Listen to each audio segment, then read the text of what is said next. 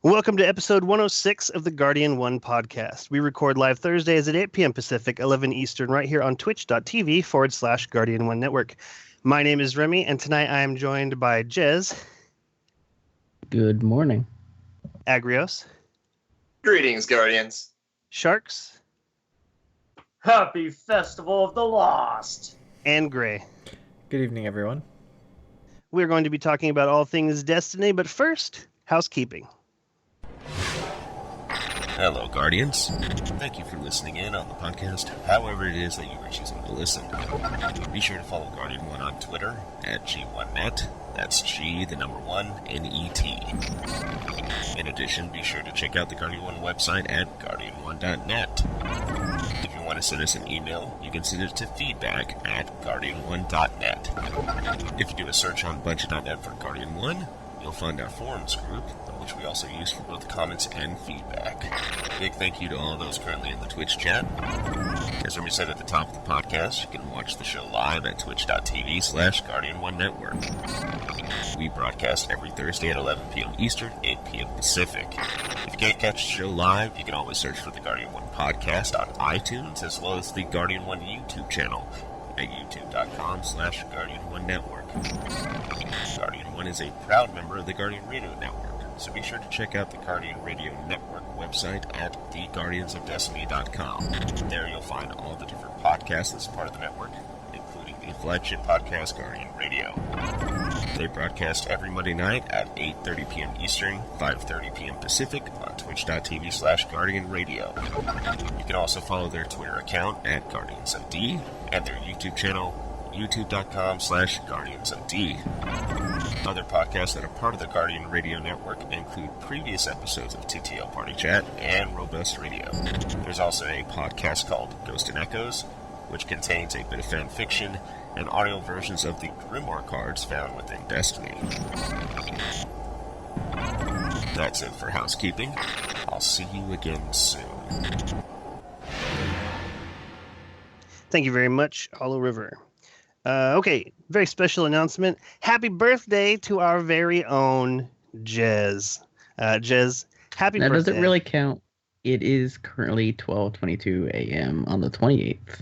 Okay, so this is a good question, and one that I had to ask Flounder the other night, because she put in for this thing. It was I think it was Cards Against Humanity, but it was definitely some very cool offshoot of something. And so they were giving out these prizes during Christmas. I think it was during Christmas. I don't know those details. But what ended up happening was she was king of a castle in Scotland for 3 minutes. And these 3 minutes took place at 12:03 to 12:06 a.m. on the 22nd of October.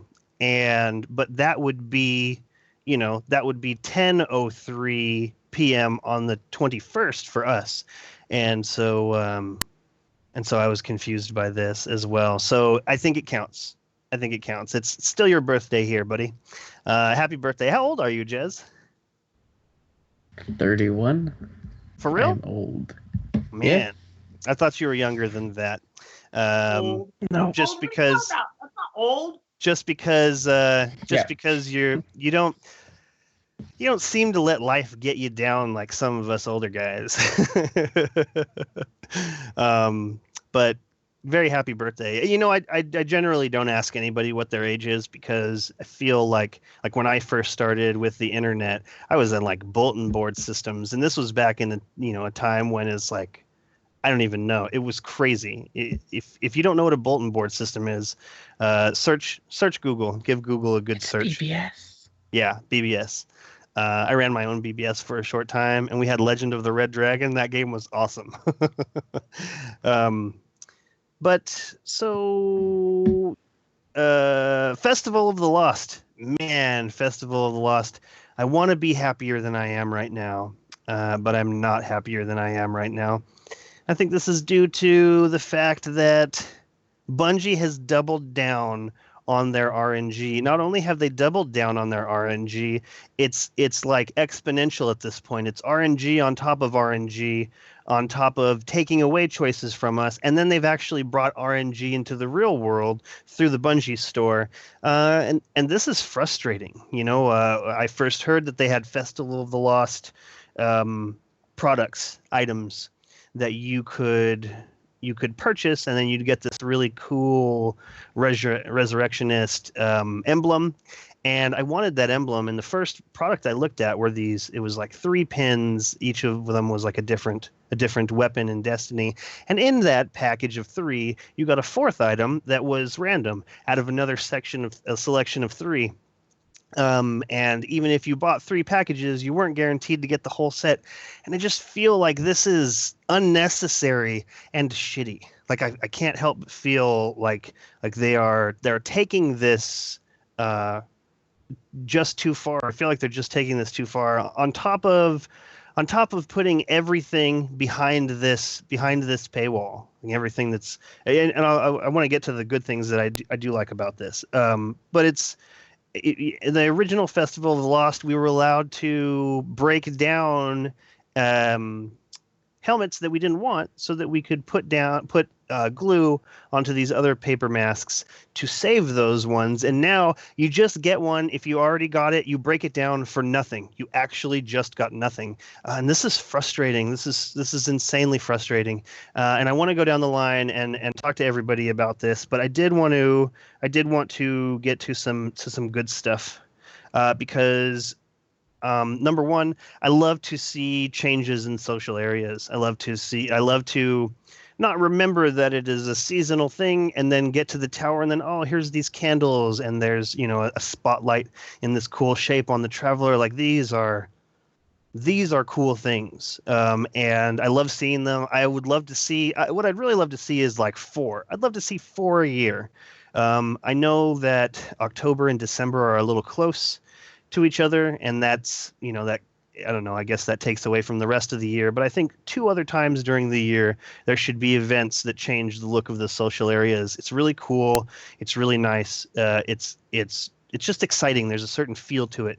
Like when you're driving down the street and everybody has Halloween decorations or Christmas decorations. It is really cool.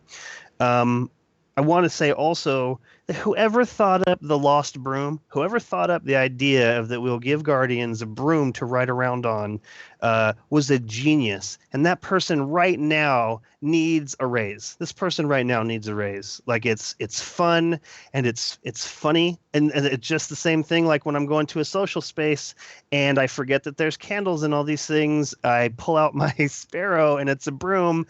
This is exciting. This is exciting and it's fun. The person who thought of the brooms doesn't work for Bungie. That was posted on the Reddit in advance of last Halloween. Oh, yeah? Yeah. Well, okay. Then whoever made the decision to make that happen in reality, in the game, that person needs a raise. I don't care who gets a raise at Bungie. Someone's getting a raise for this because it's excellent. I absolutely love it. Additionally... The moral of it is that Bungie listens. It just sometimes takes them over a year to implement a broom. Well, in their defense, the idea came way too close for them to developmentally do anything with it last year. If they took it from there. Fair enough. No. People in reality expect I love it when Rise of Iron's about to drop, and I love the subreddit to death. Don't get me wrong, but Rise of Iron's like 2 weeks from drop, and people are like, "In Rise of Iron, can we please get this different instead of this?" Like, that's all said and done. We're well past that phase. Not, what's coming out's written in stone already. Right. I sometimes think about these things in terms like that. This wasn't just done like the week before. This was tested and done deal way in advance, and that's the smart thing to do. That's the only way to do it. You can't be riding around the seat of your pants on these things, especially when you have a community that is so good at figuring out where the weakness in the fence is. Like there was that future war cult ship that when you took it out of the kiosk, it gave you experience or rank in that faction. Like when you broke it down, yeah. Yeah, so that's crazy. Like they had to hop on that quick. So you have to do this stuff way in advance. And then the other thing that I wanted to mention that I really love is the shader Super Black. I've been waiting for this shader since day one. Been looking for it. Thought maybe Dead Orbit had it. They did not. But it's so nice to have a black shader where the black areas aren't covered in some kind of zebra print. Like that's cool. That's cool, but my only real problem was that one little piece of kind of white gray zebra cloth that would just pop up at just the wrong spot and it just ruins my whole look. Right, right, and so it's okay in the dark spots for me. Yeah. Super Black is fantastic. I love it. These are the things that I love. I'm not a fan of the non-rotating stock of masks at Eva Levante. And now that I've had a chance to do, do some of the missions in the game, I can understand why those ones are there, and they sit there because it's part of this larger arc. But I feel like honestly, this is a slap in the face of anyone who not only did take part in the original Festival of the Lost, but anyone who kept their vault space filled with these masks. They're just giving these things away as part of this. Like, I already have this. I don't want this. So anyone who didn't play it last year, you are getting what should probably have been Festival of the Lost on last year. So it's just, the RNG on top of RNG is disgusting. I've talked a lot on the show about how I want to give Bungie money because I enjoy their games so much that I would be willing just to pay them like a monthly Guardian fee just to be that much better of a Guardian. Like, I'm willing to give them money for free, but I'm not willing to give them money for a chance to maybe get something that feels gross to me. Gross to me. Like it's win or lose, you feel dirty. Yeah, I feel dirty. I don't play the lottery. I don't gamble. I was raised that, you have to play to win, but if you don't play, then you get to keep whatever money you had to begin with. Oh, I'm going to spend $20 on scratcher tickets. How about I just won $20? It's here in my hand already. It just like I've been waffling back and forth on whether or not I want to, because I'm willing to put $20 into this on both systems. I'm willing to put $20 into this, but the more I think about it, the more I just can't do it. I just can't do it because here's what I want. I would love to have that Sparrow, but I don't think I'm going to get it. My RNG is not that good. I would like to have that Flaming Wolf mask, but I don't really care about it as much as I did that Flaming Skull mask from last year. What I really want out of all of that stuff is the Ghost. I think the Ghost looks awesome. I think it's fancy, and I would love to get that. If I could just buy that, $5. I would buy that for just $5. They should really piecemeal this crap out. Here's the Sparrow, $5. Here's this Ghost, $5. Like, I bet they would pull in more money. Like, there are people out there who want to. There are people out there who want to gamble. But I'm just not one of those people who want to gamble. So I want to open this up to you guys, your likes and your dislikes, and we will discuss it. And Agrios here is just at the edge of his chair. So why don't we start with you, Agrios? Likes, dislikes, the Festival of the Lost, year 2, go. Oh, they foobarred it. So this is a joke compared to last year's Festival of the Lost. I mean, they designed cool stuff for it.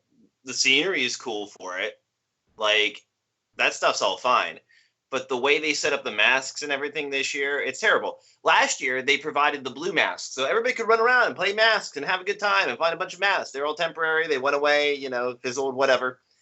I don't know if that was part of their tactic, that they thought they'd sell more packages if they didn't give everyone the blue masks to run around in temporarily. But they sapped a whole lot of the fun out of the event. That's what I don't like in exchange for it. I don't mind if you do whatever kind of cash grabby money type things you need to do as you go is fine, as long as it's not literally counterproductive to the fun. Like, literally, you turn the fun of the event down, like, from what it was previously. Like, things are supposed to get more fun over time, not less fun over time.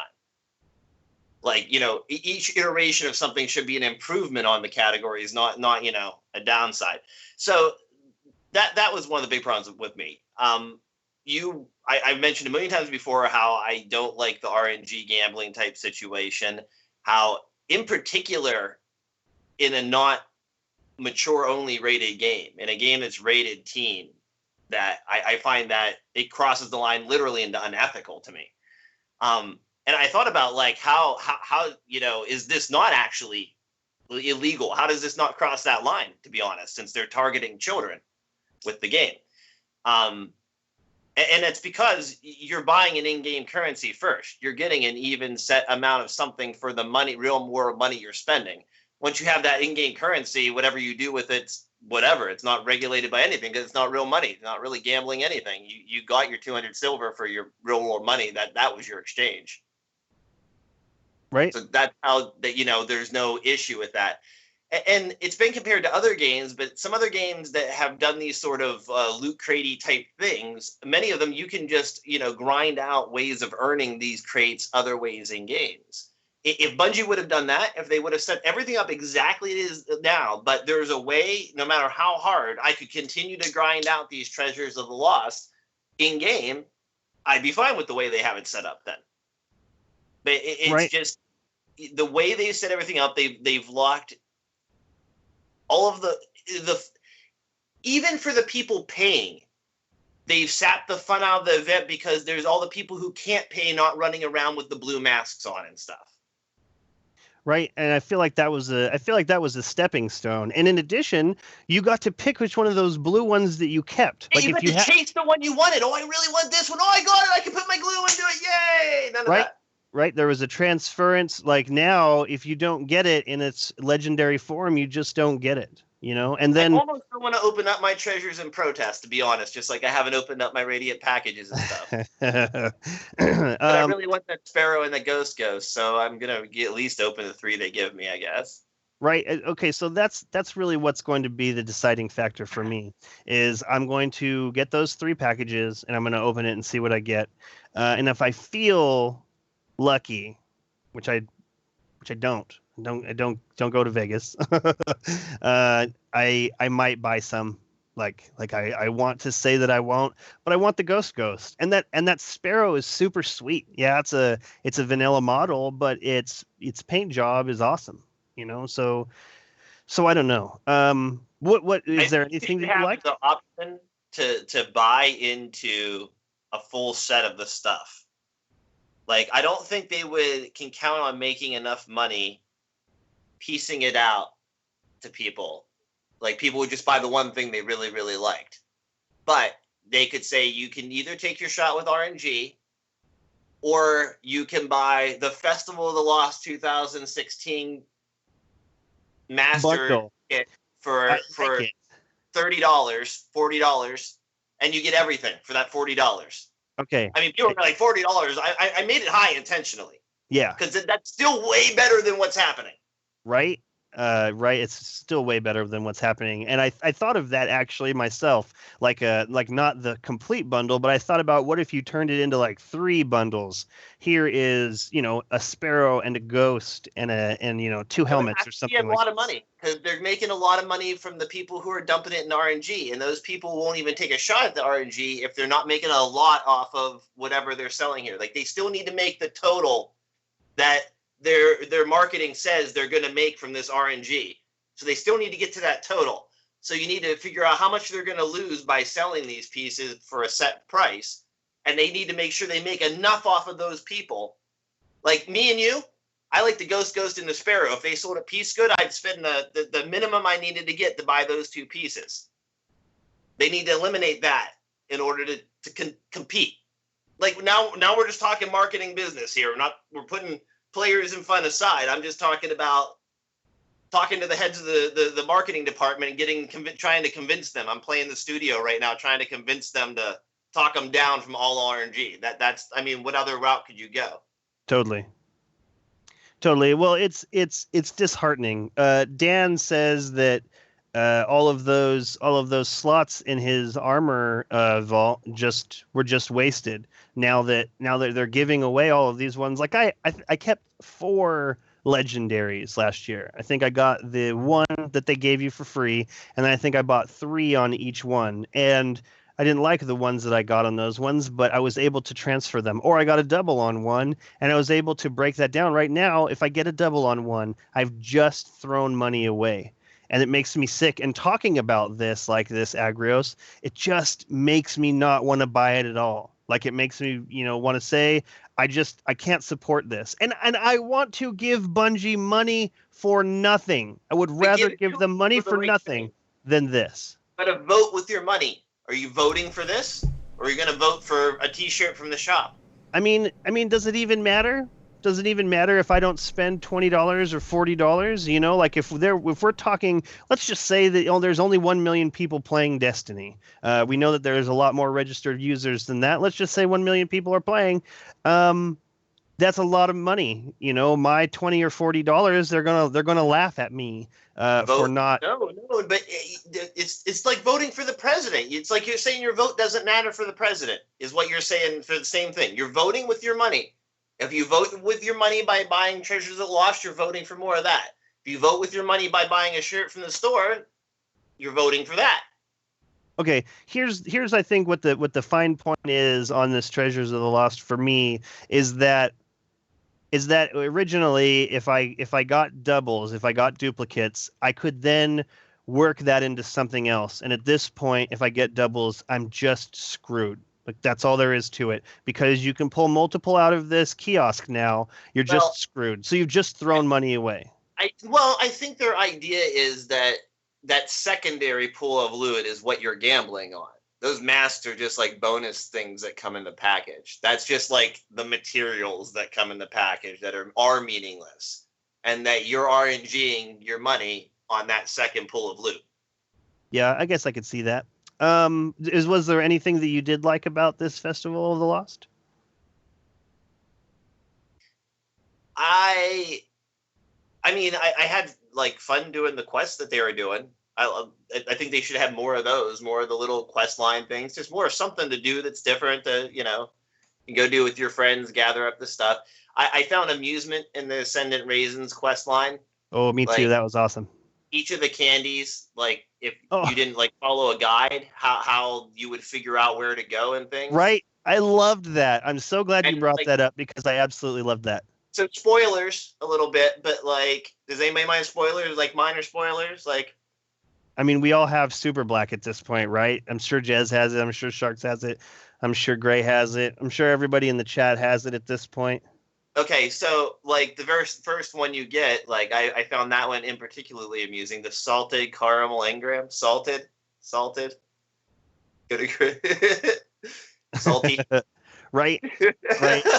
And like once you poking fun at themselves at the Cryptarch, being salty about the thing, I found that particularly amusing. right, no, all of them were really good. The one for Cade was like oily and works the jawbone because he talks, and then there's like the one that's like totally without sweetness, and I was like, oh, that's Eris. Like it was just perfect. Like that was also that person deserves a really Unchocolatable. When that hit home, like right after I turned it on, I'm like, oh, that was like, so that was an engram, and oh, it was salted. Ha ha, salty. Ah. That was cool. I'm really glad that you said that because that was fantastic. Gray, what did you think of the Festival of the Lost likes and dislikes? I hate to just rag on the whole event because it's something different. I want to encourage Bungie to bring in more live activities more frequently, shake up the game a little bit, make it interesting, especially for people that don't play every day or multiple times a week like we all do. It brings people back, and I enjoy that. With that said, I was expecting a lot more. Looking at what we've been given, I think you guys are right. It's a little bit of a step backwards. It's a step in the wrong direction in some ways. But think about the programming time for the live team. Did that much change from the social space compared to last year's Festival of the Lost? Or is it a carbon copy of last year's Festival of the Lost? There could be a little bit more around, but like not a lot if there is. I couldn't not be enough honest. to make me really notice. Well, okay, so there wasn't anything. And, like, carbon copied last year without the flaming skull mask, and I would have been much happier. Well, okay, but there wasn't anything in the Reef, and we didn't even have an Iron Temple last year. Mm-hmm. So they had to do the Iron Temple. Well, the only thing that was new was that one quest line, and they took out a bunch. Like they took out falling off the tower as Atheon and killing dudes in the Crucible with the sword. Yeah. Mm-hmm. Yeah, there's like 2 or 3 quests missing now. Yeah. You know what? Not gonna lie, they actually took them out of my inventory too. Yeah, they took my quests away. Oh, did they? I was just going to the quests say. you didn't have completed from last year, they're all gone. Interesting.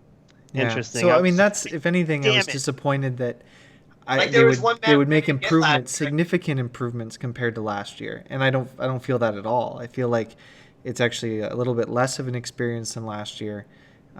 Maybe the live team was pretty well stretched from working on Rise of Iron, and they're in a little bit of their recovery mode right now. But the best part about it is finding an Easter egg broom. There should be a dozen of those things going on right now, and there's one. There's one broom to get excited about, and I wish there was a dozen things like that to get excited about. I agree. And you know what? You know what's the real tragedy here for me personally is one of those Festival of the Lost missions from last year are what kept me from getting that Outbreak Prime quest on my Warlock. Like I had like 3 of them that I didn't do. That was one of them. So now I have that space. Just 2 weeks too late? Thanks, oh Bungie. Terrible. So no, I totally agree with you, Gray. I didn't start this podcast to bag on Bungie or their work. But that's what they get now. It's important to remember. It's important to remember that I love Destiny. I love Destiny. I love playing Destiny. There's moments of the day where I'm just doing, patrols or something. I just want to go get my daily public event done, and I just feel so good. Like I feel something well up inside of me that's just like, man, this is excellent. And so I love it. I love Destiny. Going to keep playing Destiny. Going to keep talking about Destiny. But definitely not going to keep quiet about my dislikes. They need to hear this. They need to hear this. And I want to say to them, if you had mixed this year with last year, if you were able to break down masks this year and put them into other masks that you wanted, if they had kept the blue ones around so that you involved everybody in this, I would be a lot more likely to buy your thing. I just keep coming to this part where if I get the same exact item that I already have, I've just thrown away dollars. I'm just throwing away dollars, and it just makes me sick, and I don't want to do it. So I'm not even that excited about the whole mask thing. I liked the mask last year. People running around, it was new, getting to see all the new masks. There's a handful of new masks this year, but there's not that many. It's not like how it was last year where every mask was new. And the masks are a little bit of a gimmick. I was hoping for a new gimmick, right? A new gimmick that everybody could play around in the tower and have fun with, and not have it be the masks, because that's old. We've done that. There's nothing more to do with that. Of the new masks even, because you can only get them through the packages. Yep. I don't even see people wearing them in the tower a lot of the time that I'm in there. I don't either. You know why? Is because you need a high enough light level to get updated stuff, and you have to drop your light level in order to wear one of those things. That was another thing I wanted to bring up that was a negative on my part, is that I played a match of Crucible. We were winning until like the last 3 seconds, and then we lost. And I was so pissed off, I forgot to switch all my gear back around. I got a sweet rocket launcher, and it dropped at like 354. You know, like when it should have dropped at like 295. Even when you lost them too, because all the rest of your team remembered to switch their masks back, and they were all in their inventory switching their masks and got killed and you lost. Right? Oh my God, that's infuriating. So not only did it's double whammy. Your team got their stuff, but man, that's amazing. So was there anything that you did like about it, Gray, or was it just neither here nor there for you? I like my broom. I like the broom too. Do we get to keep it? Is there any way to keep it after festival? No. I'll tell you, Gray. Tweeted that it's a sign of the times, and I tell you what, you just wouldn't ever see another Guardian on a Sparrow ever again. I know personally, I would never get on another Sparrow ever again. I'd just ride the broom everywhere. It's fun. I would ride it until we saw some new kick-ass Sparrows for Sparrow Racing League. I'll tell you though, can I keep the broom mount is a thing that people from World of Warcraft have been saying every Halloween. Oh yeah, the brooms are a World of Warcraft thing. Yeah, like you do a holiday event boss, and he drops a broom that like, you know how you hold on the button to get on your Sparrow in Destiny? It's like that in World of Warcraft as well. Except they also have flying mounts, and the broom is a flying mount. And the broom is actually an instant cast, so you can basically, like, normally you can't mount up when falling. So people will use the broom to like jump off cliffs and then go on the broom really quickly. And everyone's like, I want this forever. I actually enjoyed doing that. That was one of the things that I did when I very first started playing Destiny, is I would jump off something that I knew that I would die from, and then I'd pull it out before I hit the ground. That is a lot of fun. Gray, were you done with your answer?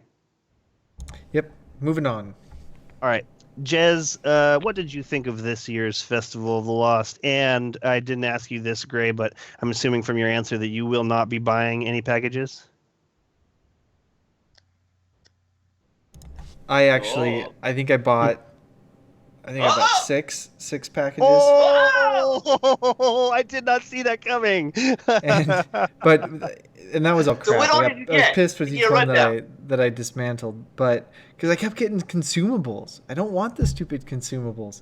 But I was really excited to get the emote. I've bought like 2 emotes since Eververse started selling them, and the whole float in the air, the twitchy neck Terrify one. Yeah, that's the one that I bought. It's pretty awesome. That one is cool. I am glad to see the. What's that? I was saying, what did you get in the packages you bought? You bought 6 packages. What were the fruits of the? Just crap. What? I got some masks. I got the wolf mask, but I want the flaming wolf mask, and I didn't get that one. But I'm not gonna keep playing the old Casino Royale game here and end up wasting $80 trying to get it. Yeah, that's a bummer. I didn't see that coming, Gray. I'm sad I didn't ask you that earlier. Okay, Jez, what did you think about this? Good, bad, and have you bought any packages? So, it was kind of basically the same as last year, except for not being able to get all the blue masks. But at the same time, there's little point to get the blue masks at this point. The good part, obviously, the shaders. Having shaders that you can get without having to spend real money is good. That is good. I agree. And a nice broom emblem that people like. Let's see. So as far as the bad, obviously RNG. I spent $20 to get like an additional like 2,300 silver, and I had 100, so I bought 12 packages. I got one Devil Ghost, one Ghost, both horrible rolls, like 80% of the max, and a whole bunch of horrible masks. That's interesting. It.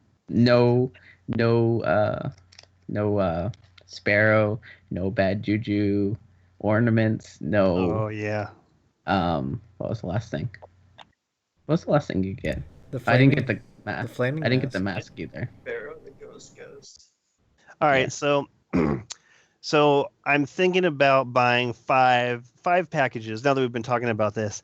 And if I got the Ghost in those 5 packages, I would consider that $10 well spent. Like because what I want is that Ghost, and if I could get that within 5 packages, I'd be happy. So what I'm going to do is I'm just going to grind out. And you know what's funny is I don't even want to grind out these things. Like being an engram in Crucible is it's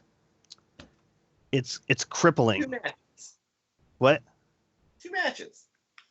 Maybe for you. I went one game where I killed one person and had like 13 assists. Like I am the assist master. I took a picture of this. What was it? It's the weekly bounty from Shaxx. And it was like I had like 5 kills and like 14 assists just right off the bat out of one game. Just go into Supremacy and use Universal Remote. Super easy, man. Super easy. I know, but I don't want to do it because then I'm that guy. Then what's going to happen is this. You're this guy. I know. I don't want to be that guy. You're all adulty and shit. I enjoy my clever dragon. What's that? I did most of mine with my clever dragon. Yeah, clever dragon. I have not picked up a clever dragon yet. So were you done with your answer, Jez? Yes. Excellent. Sharks. Can't wait to hear about this. Like it's funny, you know, when something releases throughout the week, you know, generally on like a Tuesday, it's funny like reading the ramp up of Twitter messages.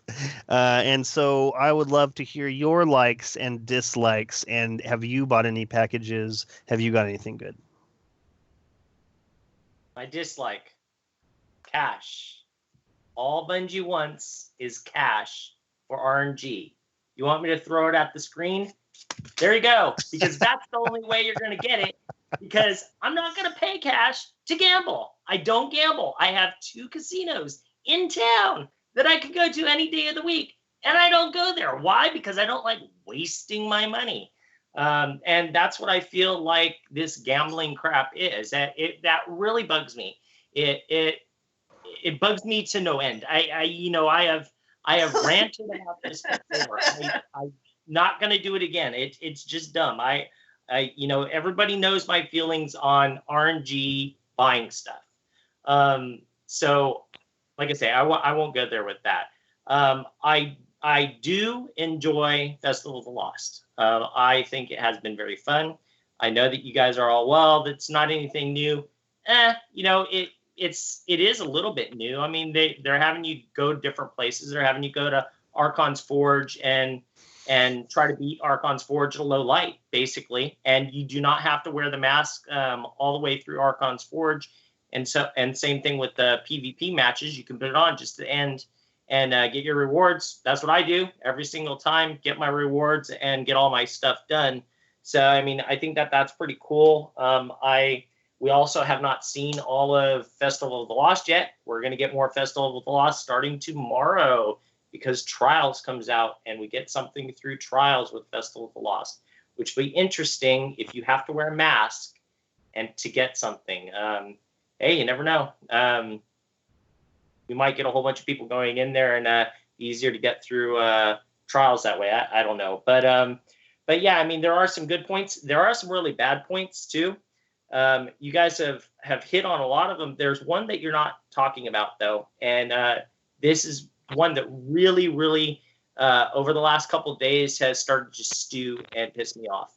And I think I hit the boiling point this morning because I was listening to some of the big YouTubers. They were talking about, you know, how great certain aspects of Festival of the Lost was, and one of them that really got me thinking was listening to Briar Rabbit's video today, and he was like, "Oh, you know, it's really cool. You're going in there and you're getting a lot more free masks this year, which you didn't get last year. Last year you got one, but what people are not taking into consideration is the people like me that threw money at Bungie to go and get that mask, the skull mask. I was also paying for all those other masks, those purple masks, to keep those masks. This year, they're giving those masks away for free. Yeah. So you know, that's the same thing that, again, I've talked about this in the past. Oh, I'd be kind of pissed if I saw that somebody got some kind of a package with the skull mask in it. Well, okay, they didn't do it with the skull mask, but they did it with the other legendary masks. They're giving those away. You literally get them for free by going and getting candy. So I mean, that there really, really bugs me. When I'm paying for something, it should never come for free, ever. Not if I'm going to pay for it in an RNG system. What are you going to say, Agrios? You could get them for free before. You couldn't get all of them for free. You could get one. Not all of them, but you could get several. One. Because you could get more. No, you got a package that you could get glue in. You could get multiple glue in. One for each character. But in the package, you could get multiple glue. Like some people got more than one glue per package. By buying it. Like the you free package. All the masks. I bought all the masks. I bought all the masks but one, basically, right. Because I spent all that money to get that skull mask. So I paid for all those masks. Doesn't make a difference if people could get some for free last year. They couldn't get all of them, and now they're getting all of them for free. Right. Well, there's like 6 of them. Right. Yeah. I'm just saying so you can get more than one for free last year if you got lucky in your packages. Yeah, but you're still not going to get all of them. I had all but one. And I think Jez was the same way. Had all but one of those masks from last year. You know, because we spent money on it, and right. now we spent money on it, and people are getting those exact same masks. All of them. They made 6 of them free. Yeah, so that's bull. That is real bull. Okay, now there's something else that really bugs me. Is okay, so I've gone through and I've done my 3 Festival of the Lost on all 3 characters. The very first thing I got was the damn green engram, or not the green, the blue engram that I was missing from last year. So that sucked.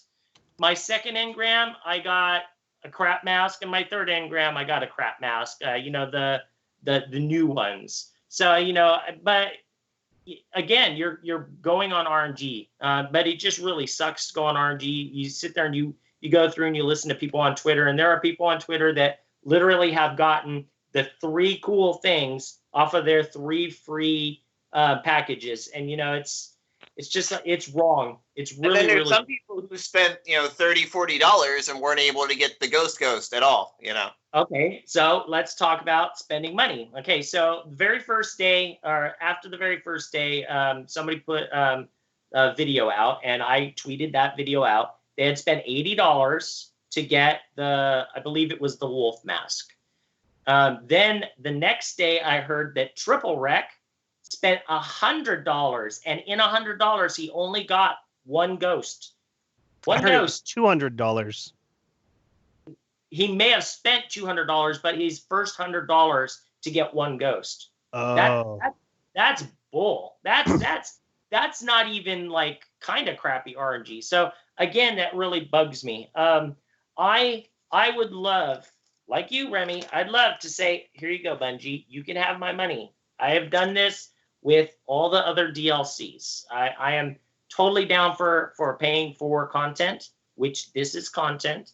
And people are starting to expect that it's free. Well, it's not free. People are paying for it with their hard-earned cash in RNG. And I really, really wish that they would change that, but they're not going to. And it's the same for ornaments for all the gear. They talked about changing the ornament system this last week and not using silver anymore, but it doesn't make a difference because you still need the ornament in order to infuse this stuff.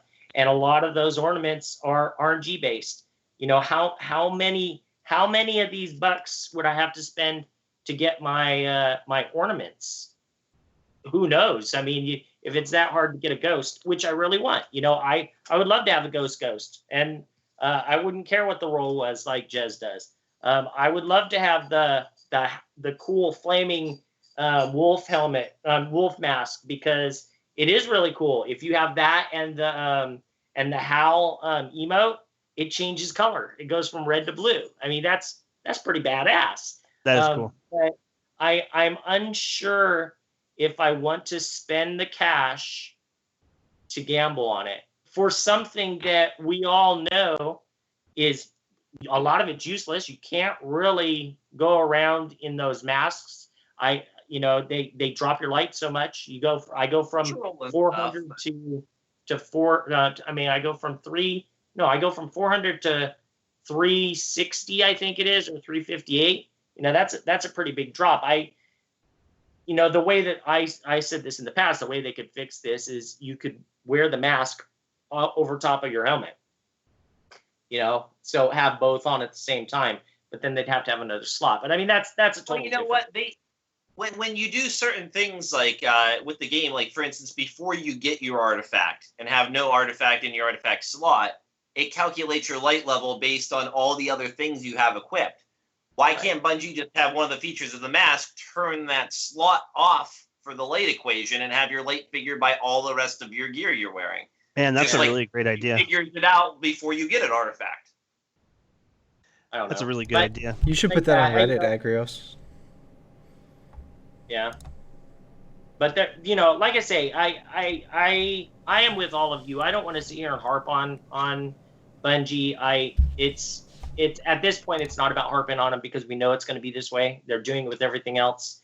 There was a great article from Forbes, again, talking about the stuff that I talk about all the time, and paying for RNG sucks. And we know that it's going to happen. It's been getting more and more and more as they release this content, and it's not going to stop because people buy. And it's not just the YouTubers.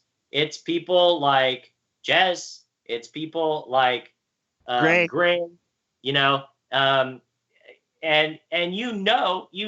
we've got another week of this. Will Remy end up spending some money? Who knows? Will I end up spending some money? I did last year. So I don't know. I don't want to. But it's very hard when you love this game so much and you want to have some of that cool stuff to kind of keep from doing it. But maybe spend the money, spend the $40, get burned, and then never see my money again, because that's what would happen if I get burned. So I don't know. I can do that too. But yeah, go and go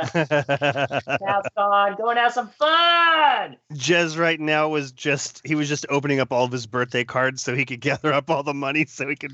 No. This isn't birthday card money. I love that. This is tax money. Oh, you guys use American notes there? That's no, crazy. This is PAX money. Oh, the money PAX. I used at PAX. I thought you said tax money. Canadian money is better. Bungie would have learned from last year, like from the what the community had to say about the skull mask, and I still expected some sort of package type setup, but I had hoped that they would amend it in some way to make it honorable to me. Like if this were a mature rated game, I would simply be unhappy with this setup. But the fact that, you know, it's a teen rated game, it crosses the line into being unacceptable to me. I think it's really great that you're keeping a lookout for those kids, Agrios. That's a really good thing. Like, I just think about parents out there who, like, are allotting money to their kids to do things, and kids who maybe don't quite have a grasp on the way the world works to a degree. And they see something on here and they're really psyched about getting it. So they get that $20 that they get to spend, and that might be the only $20 they get to spend for however long, and pump it into nothing, into ether, just because they're too young to have, you know, a grasp on the situation, and the parents don't know any better because they're not gamers or whatever. It's just, it's predatory. Right. And I think that you're only mistaken about one thing, and that is that they did learn from last year, and they did learn that if they put up a paywall and they made it RNG, people just going to throw money at it. And it's frustrating, you know. Like I hear what you're saying about, you know, like people their vote doesn't count or whatever. Like, but I really honestly feel like my vote does not count, no matter whose name I write down on that ballot. It does not matter unless there's, you know, thousands or hundreds of thousands or millions of people who feel the same. So if there was 1 million people behind me saying we're not going to buy this either, I would agree that my vote. If 1 million people make the same decision you're making, that's what I'm saying. But wait a minute. Wait, I'm gonna say this before Agrios starts going off on one, because I see where he's gonna go. But you have to realize something. There was a huge a study done, and they were talking about video games, and this big huge story hit right after Destiny launched, because people were going out and they were complaining about RNG in Destiny, and so they talked about Destiny. They also talked about other games too, but the game industry realizes that people get addicted to stuff, okay? And it's whether it's something free or not. Now, RNG in the game is free, right? Pretty much. I mean, you've spent $60. So I guess it's technically that's not free either. You spent $60. They learned that people will come back more and more and more. What makes any of us think that they aren't going to use that when they learned last year that people are willing to spend money? Of course they're going to come back. And they came back punching, because they didn't give us one thing to spend our RNG money on. They gave us a whole bunch of stuff. And they know that those people that are those addicts, you know, of the game are going to go and do it. And there's going to be some pissed off people, but it doesn't matter, because those addicts are the ones that are going to spend that money and help the game industry, Bungie, Activision, and whoever else get bigger and bigger and do this more and more and more. My problem is, I think they could have their cake and eat it too. I think that they could leave this RNG setup like they have it, and that these addict people you're talking about would still go out and spend a ton of money on these packages just so they could get a lot at once, get a lot more than they could get otherwise, even if you could earn them in game. If there are some things you could go in game and repeat, some grindy, difficult, like repeatable quests, you gotta go do, 10 heroic strikes and kill 150 people in the Crucible, and something that's gonna take you some time. That's gonna limit how many of these packages you can earn. But the fact that you can keep earning ones and getting shots at them if you really, really want to in game, that would make this whole thing acceptable to me. And like I said, I still think there's these addict people like you're talking about. They're still going to go and splurge and buy a dozen more crates than they could get earning in game anyhow. And they're going to just take that many more shots at it anyhow. You bring up an interesting point, Agrios, and this is something that I had considered. So I know that you get one free treasure on each of your characters once you finish this thing. And I felt such anger fatigue at this whole situation that I thought about not even doing the quests, doing the quests for those 3 packages, just buying packages, opening them up, finding out I wasn't going to get what I wanted, and then moving on with my life. Like it was it almost got to the point where I was just like, you know what?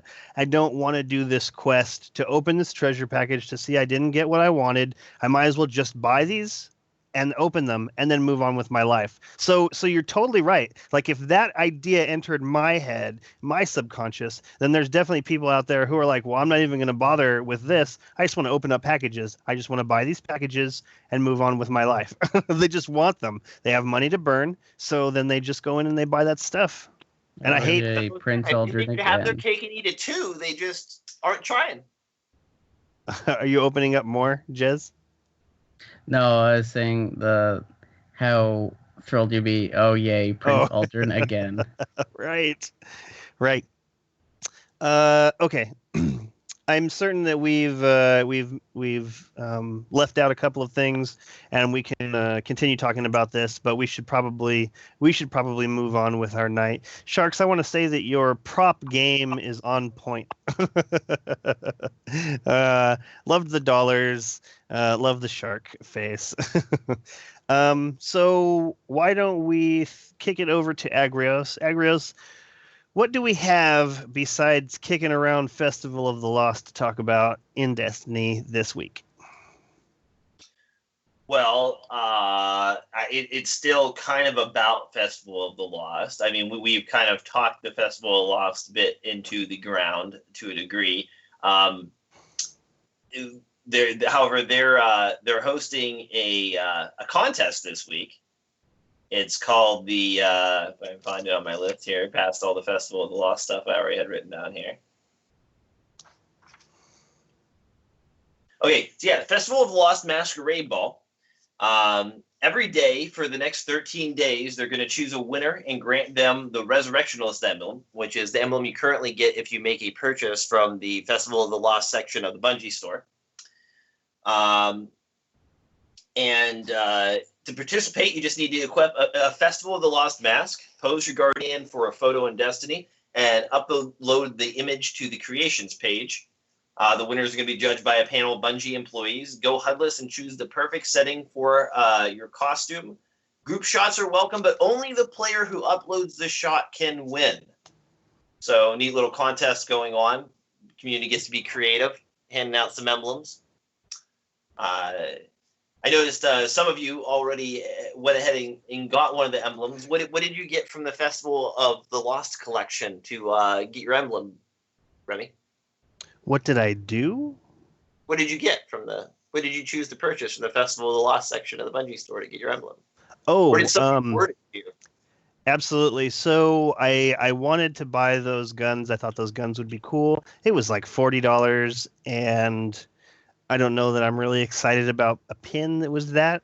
So when I saw the Festival of the Lost section, I saw the emblem, the Rise of Iron emblem, those two hands holding that axe, and I think that that's really cool. I think that that's really excellent. So I bought that. I picked that up, and I think that was $15. I feel like it was really, really good money worth spent. Hey, check this out, Bungie.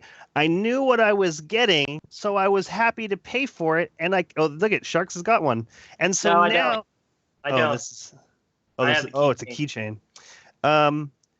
And I knew what I was paying for. I paid those dollars. I got what I wanted, and now I'm still happy that I bought that.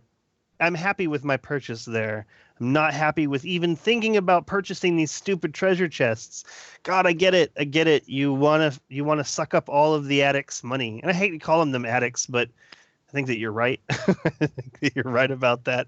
But yeah, so I picked up the Rise of Iron symbol pin. I think it's going to be great. Probably put it up on my board over here next to my other pins. I don't know. Have any of the rest of you bought those? Sharks, I saw. I know I'm really bummed. I'm really, really bummed. I didn't hear. I don't know how I missed it. I'm normally on point with everything that's going on, but I missed that they updated the store. So I'm going to tell all of you that are in my circle, and this includes anybody that's listening, that's in my circle and can message me on Twitter, direct message me, or just message me and tell me the next time the store's updated, because there are things I want to buy. and I was so bummed that I didn't get a chance to buy them. Are they all gone already? Almost everything that I wanted was gone. It was, I don't know how many hours later. I think it was, maybe it was like 12 hours later, and I saw people posting. I was like, oh wow! And they were selling the pin, all 3 pins. I wanted the pin you bought to go along with this keychain. I wanted the Bungie Foundation and the tricorn. I could have had them all because they were all up there again. And I'm still, I hope they get some more hats in. I want the Iron Banner hat. I know that I almost broke down and got the Bungie tricorn hat, but it wasn't what I wanted. What I really, really wanted was the Iron Banner hat. So if anybody at Bungie's listening, I'm ready to throw money at you for that. Come on, get some new hats. You know what? That's another thing. There is like you are charging money for maybe you'll get something, and it's just some digital copy, some number, some binary number. Did I get this? Did I not get this? And it's an unlimited source. I'm just frustrated. Gray, did you pick anything up from the store? I did not, and I have not yet. But along the same lines, so they have those paper masks that are, what are they? Are they $15 for the PDF? $9, $9.99. Only, okay, so $9.99. But if you go to the Festival of the Lost page on Bungie.net, they actually have the same papercraft type thing of these SIVA nodes that are like desk toys. So if you haven't checked that out and you want to do some papercraft that's kind of like those masks, that's for free on that Bungie.net page. That's really cool. Some SIVA nodes. Jez, did you buy anything from the store? Do you have that Resurrectionist sweet emblem? Or do you care? No, I did not buy anything from the store because by the time I got to it, it was all $40 pins or $10 masks. And neither of those interest me. Why, for the love of God, would you have a store sale with no apparel? It's a good question. It's a very good question. So none of that interests me. Does anyone here know the best place to get like custom printed shirts on the internet? Oh, Agrios. Mothership is blasting off. Let's hope you still have. There's actually a couple different places for shirts. And I think a lot of it's preference. I know that a lot of people are really upset with Teespring. I think that's what it's called, especially after some of the debacle of people losing the rights to their stuff and other people selling it. It happened to Bife and Bell, and it happened to some other people too. And they just let it continue? What's that? They just let it continue? Well, yeah, somebody copied their shirt and was selling it, and Teespring didn't do anything about it. And not only were they selling it, they were selling it for more than what Bife and Bell were selling it as. So it's baloney. And they've done that with other shirts that people have posted on there too. I know that Pope Bear and his group with their new podcast. They are doing shirts through a different company, and I can't remember who it is at this moment. I'll message Pope and see if I can find out who it is, unless any of you know. But I know that there's a couple other companies out there too that will do T-shirts and at pretty reasonable prices. Awesome. Agrios, did you get to buy anything from the store? No, I did not. I hadn't even gone to look, known they updated. I honestly was like, I thought I'd go check it out, but I haven't got around to it. From the sounds of it, if it's all $40 pens or the $10 masks, I may not get something. I'm not going to buy something, just spend a lot of money just to get an emblem. So there has to actually be something there that I want in order to get it. Totally. I was really bummed when I saw those two items you mentioned. $40 pins. That's too big of a purchase for me just to do willy nilly. $10. Some masks. That are just going to be torn apart by my 22-month-old. Like, would you have spent $60 on the knife? Because I heard that the knife was up for sale again too. What was it? How much was it? $60 for the foam knife. Yeah, that's still a little pricey. I would like to put it on my wall. I got a wall with a bunch of toys on it. But so I did want to share like the mask is making basically a $10 donation to charity for the emblem. Like, true. I wanted to share my horror story with Teespring. Apparently, Canada, I had to pay pretty much twice as much as my shirt for customs. That's crazy. Yet other people in Canada didn't. And Destiny Community Podcast is going through Designed by Humans. There you go. Thank you, Jez. Thank you, Jez. Yes. Okay. Moving on. So some other things about Festival of the Lost, some known issues I feel are worth mentioning. If you decline the Old Wolf New Tricks quest, you actually lose the chance to get the Saladin mask on that character. So make sure you don't decline it on all 3 characters, or you will lose the ability to get the Saladin mask. The Sea of Tears shader is incorrectly listed as a guaranteed reward on the Gifts of the Lost. I got mine from the very first package, but apparently a few others I know have not, and it is noted here as being an error. You do have to grind out multiple Gifts of the Lost potentially to get your Sea of Tears shader.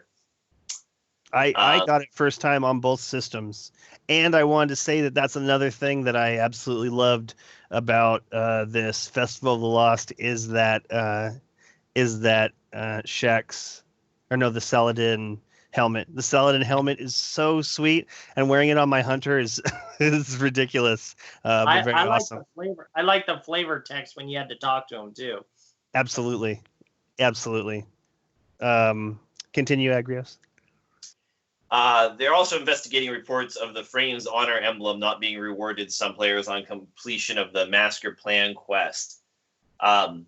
With the return of Festival of Lost, they've also noticed an increase in posts on the Eververse subforum regarding the purchase of silver and silver balances.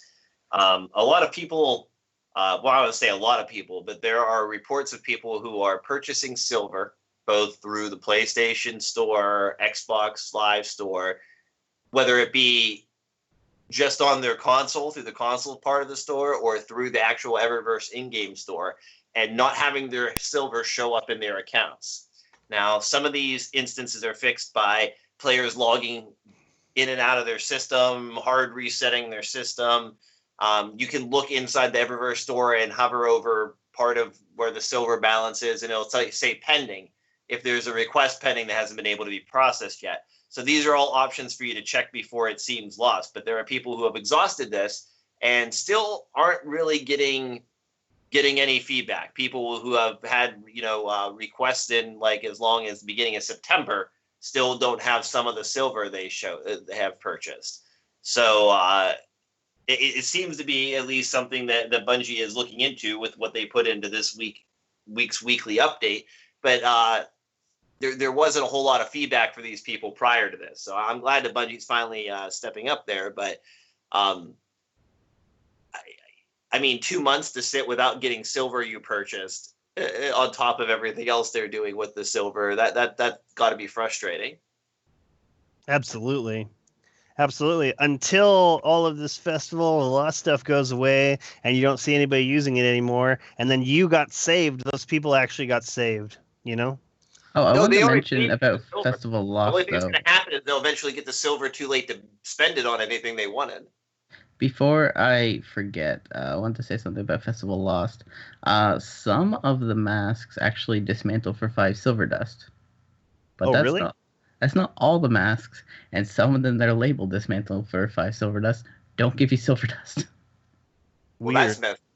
I figured the ones that she gave away for free would be the ones that don't dismantle for silver dust. Right. The ones she sells and the ones you get from the quests. But like when I was going through the 8 to 10 masks that I got from my packages, I think I maybe got 10 silver dust. Wow. That sucks. I didn't notice until the end. It's like, well, I'm just throwing this money away. And then, like, near the last one, I got 5 silver dust. I'm like, maybe they're all supposed to give this. That way it's not so much of a waste of money because all you're getting is consumables Oh, you're and a talking mask. about the ones that you bought from the packages this time? Yeah. Oh. Okay, so this adds value to where there was none, or this at least adds possible value. Like possible value. Again, RNG, like am I gonna get anything for breaking this down? Who knows? RNG on RNG on RNG. Right. RNG. Someone needs to make the Bungie logo, but like RNG little IE. All you have to do is take the little B and G and delete one of the bubbles. I'm gonna do it. You know what? Someone's already done it. This is 2016. Someone's already done it. I remember with the internet when it was all questions, and now everyone has an answer. So I bet it's already out there.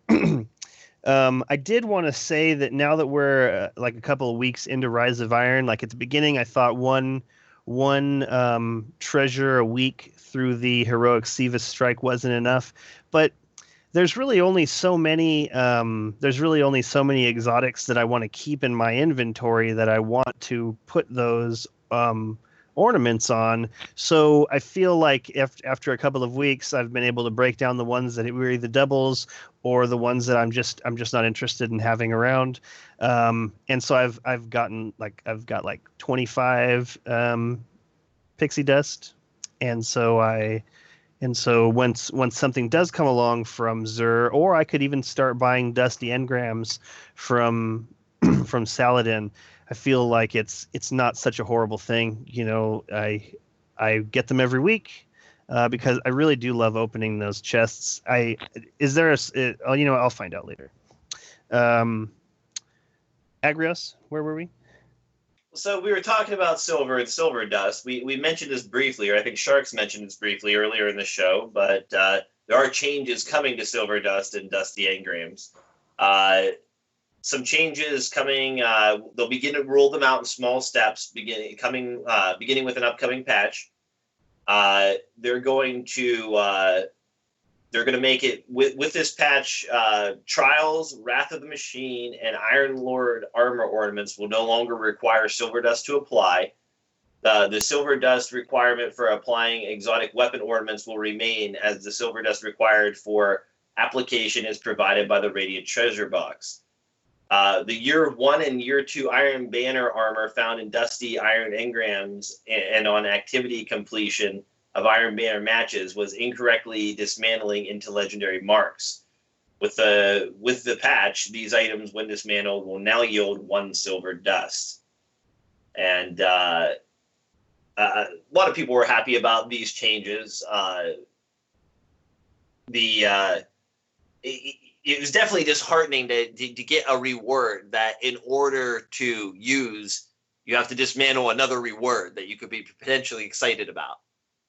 So you could build up some silver dust, as bonus as you went along, but then it's just sitting on these things forever till you can use them type deal too. So it's kind of anticlimactic. Totally. And I think that will help make it not so much so. Okay, so Agrios and I talked about this a little bit this last week when they talked about this. What about those people that have already spent money on silver dust to infuse, like Iron Lord set, which I have almost done. I'm glad I didn't, because then I'd be really mad. Spend all that money, you have to get silver dust too in order to infuse that gear. They going to reimburse people? No. No. Yeah, I'm going to say no. It was the privilege of getting to wear it right now before the change. So that's where my masks from last year came in. I had the privilege to wear my masks all year. Right. Yeah. I'm gonna drink some more. Okay. Privilege of having been. To be fair, last year you knew you were buying packages for masks that you can only wear for no light. This is true. This is very true. Right. Moving on. They've only offered 3 for free this year, though. No. They offer 6. There's the 3 sheep selling for Festival of the Lost Candy Bags, and then there's the 3 from Quest Rewards. 4. Well, no, 3. Well, you couldn't get Saladin, so you could only get the Engram. There's Traveler, Tagger, Engram, Crota, Speaker, Cryptarch. Yeah. Oh, the Traveler, yeah. Yeah. So I already had them, so I never got to unlock them. I thought they were just there. So recently, there has been some concern about cheating in the Crucible, most specifically DDoSing in Trials of Osiris. And there have definitely been a lot more posts by players about this going on. Bungie says this is a subject they take very seriously, and they want to point out to everybody to make sure you're using the in-game reporting system. They use that as a valuable tool to nail these people. They also have their own behind-the-scenes things that they won't tell us about going on and try to nail these people. They say they have several team members whose full-time jobs are to ensure the security of the Destiny experience, and that some of the offenders reported this past weekend in trending threads fall in this category and have played their last Trials card. Banhammer is strong these days, they claim. Last? I didn't catch that when I was reading that. Are they implying that they're not going to be allowed back because they've never done that before, if that's the case?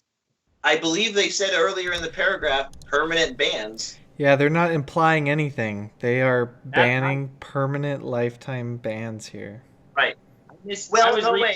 Reading, so yeah, that's awesome. It may be just of Trials for these players, though. Hey, it's a start. I know that's the way their temporary bans were working, was it was knocking them out of the ability to play Trials. They still had access to the gear and stuff that they wanted doing it, but they weren't allowed to play Trials anymore. So this sounds like it's going to be, the first step is a permanent ban from the game mode. Sweet. Excellent. So they also had a Bungie bounty this week on Xbox. It's one of the first Xbox ones in quite a while, ever actually. They don't do very many over there, but we had a rare one take place this week. It was the Skirmish. I didn't get a chance to check it out myself. Did anybody on the panel get a chance to check out that Bungie bounty? Nope, I was at work. It's Xbox. I've seen pictures of it. And that was just because they were wearing masks. I did see photographs of that. Like I so say, those were big paper cutout masks. Yeah, they did. They were wearing the festival mask. Like I say, I must have gone dark because I don't know if that was the same day or whatnot. Maybe it was the next day, but I definitely somehow missed some posts about stuff because normally I watch that stuff. But yeah, it sounded like it was a blast watching them play and watching. I think Deidre was wearing a mask too, if I remember right, in some of the pictures I saw. I think there must have been a lot of miscommunication because the last time I remember them posting about them being a Bungie bounty is that one that they pulled people from the community. Same I don't here. remember them saying this was happening unless it was just like, it's happening now. It might have. Yeah, like I say, normally I'm up on a lot of the stuff that's going on, but I didn't hear about it till after it was already going. So, but it looked like it was a blast. Moving on. So this week, the movie of the week was pretty impressive. Nobody really expected this to happen so quickly, but Axis 1v1 solo takedown. Yep. Pretty impressive. Our patron saint of doing such things gave his nod to the ability to do it, and then matched it himself later. So SC Slayer Age managed to do it too, but a few hours too late. Yeah, that's really amazing. Gray, are you okay there? You look like you got some technical difficulties. So ever since that Nightfall that we just had hell trouble with, and I was just like, you know what, let's just wait until someone cheeses this, and we'll just do it that way.